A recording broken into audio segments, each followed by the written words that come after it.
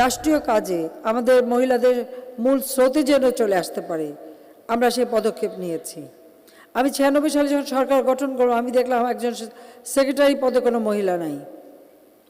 আমাদের উচ্চ আদালত কোনো মহিলা নাই। এবং পাকিস্তান আমলে একটা আইন ছিল, জুডিশিয়ারিতে কোনো মহিলা চাকরি পেতে পারবে না, ঢুকতে পারবে না। আপনারা শুনলে অবাক হবেন।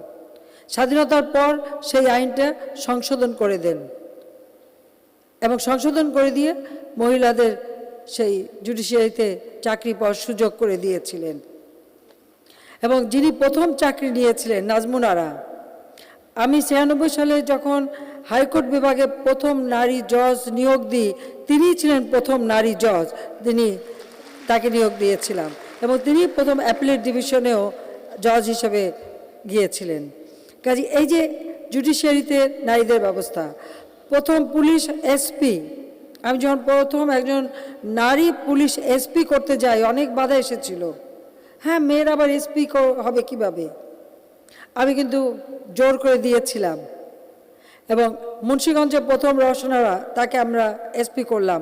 প্রথম যেই একটা ডাকাত ধরলো, নিজের পিস্তল লুচিয়ে ধরে ডাকাত ধরেছিল, তখন আমার গর্বে বুকটা ভরে গেল। আমি আবার সবাইকে দেখলাম যে দেখেন, যারা মানা করেছিলেন তারা দেখেন কত সাহসের সাথে আমাদের মেয়েরা পারে।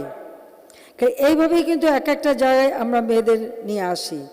সমাজকে উন্নত করতে হলে নারী পুরুষ সবাইকেই সমানভাবে সুযোগ করে দিতে হবে এবং সেভাবেই নারীদের কর্মসংস্থান ব্যবস্থাও করতে হবে এবং কর্মক্ষেত্রে তাদের যে শক্তি মেধা সেটাও যাতে কাজে লাগে তার ব্যবস্থাটাও করতে হবে। কাজে আমি এটুকু চাই যে আপনারা আমাদের বোনেরা সকলে একটা আত্মবিশ্বাস নিয়ে, আত্মমর্যাদা নিয়ে আপনারা চলবেন। তারপরেও পরিবারের প্রতি দায়িত্ব, সে দায়িত্বটাও যথাযথভাবে পালন করবেন। কারণ কথাই তো আছে, সংসার সুখের হয় রমণীর গুণে। এ কথাটাও যেন আমরা ভুলে না যাই।